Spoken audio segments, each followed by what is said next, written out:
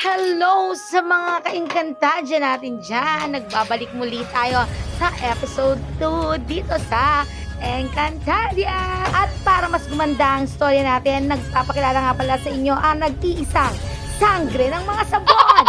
Hawak ko ang brilyante ng mga bula. Ipapaalala ko lang na huwag mong panunuorin ang episode 2 kung hindi mo napanood ang episode 2. At ito na nga ang istorya ng nag-iisang sangre ng mga sabon laban sa Hattori. Pero sumayaw pa nga ni dahil nga sinimulan na niya ang kanyang munting business, hinayaan na natin siya. At syempre wag natin ipagdarasal ang kabagsakan ng ating kapwa. Hayaan natin sila na magpatuloy at isupport na lang natin siya. Ngunit subalit tatapwat, ang iginanti pa ay nagsama pa ng ibang kabayawanis natin dyan. Ang mga bayaw-bayaw pa ay isinama niya para may kakampi siya. At dahil nga doon, dumami ang grupo nila.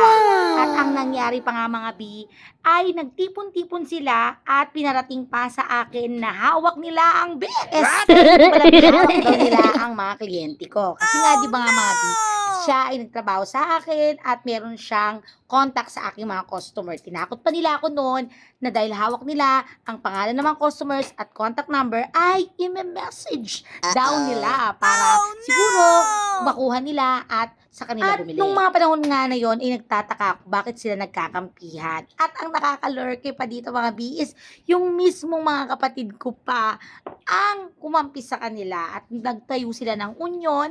Siguro mga 3 kapatid ko kasama ang mga bayaw kong babae ang nagsama-sama upang bumuo na Hattori. At kaya ko naman dinalaman yung mga yon ay dahil ipinost pa nila.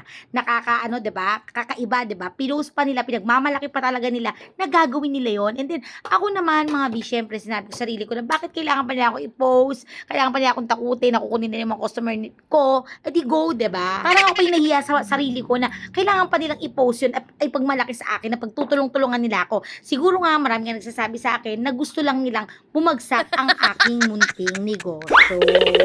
Dahil doon ko naisip na kailangan pala akong mag-ingat sa mga taong pinakikisamahan ko. Kasi just imagine, labas-pasok sila sa bahay namin. Tinuturing ko talagang pamilya, pinakakain ko, tinutulungan ko, tinuruan ko sa negosyo, tapos ganun lang ang ginawa sa Dumating pa kami sa point talaga mga bi na hiniya nila ako sa social media.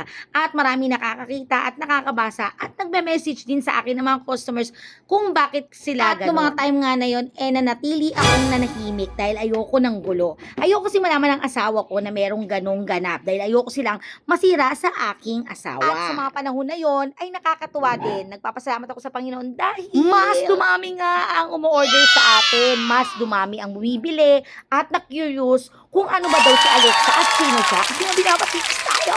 At may mga panahon pa nga na pinupuntahan pa ako minsan na kunyari okay na kami at ibabalita pa sa akin na sila daw ay malaking kumpanya na at marami daw bumibili sa kanila.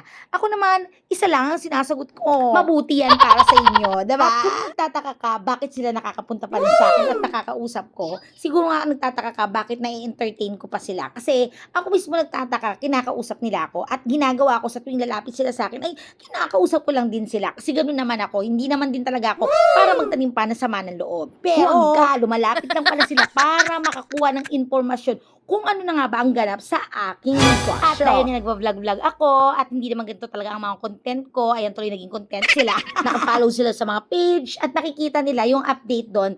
At sa tuwing nakikita nila na lumalago ang benta ko, ang sales ko dito sa Encantadia, nagalit ang mga Hattoria, mga bi. Kung bakit ba naman kasi sige punta sila sa Encantadia at nakikita nila ang mga bula dito sa Encantadia. Kapag dito sa mundo ng Encantadia, makikita ninyo ang bula. Dahil sabi ko nga sa inyo, ako ang inyong sangre ng mga bula. At hindi ko nga ba alam bakit galit na galit sila pag dinadapuan sila ng mga gawa kong bula. Palibhasa kasi ang mga bula nila ay amoy utot. Hindi.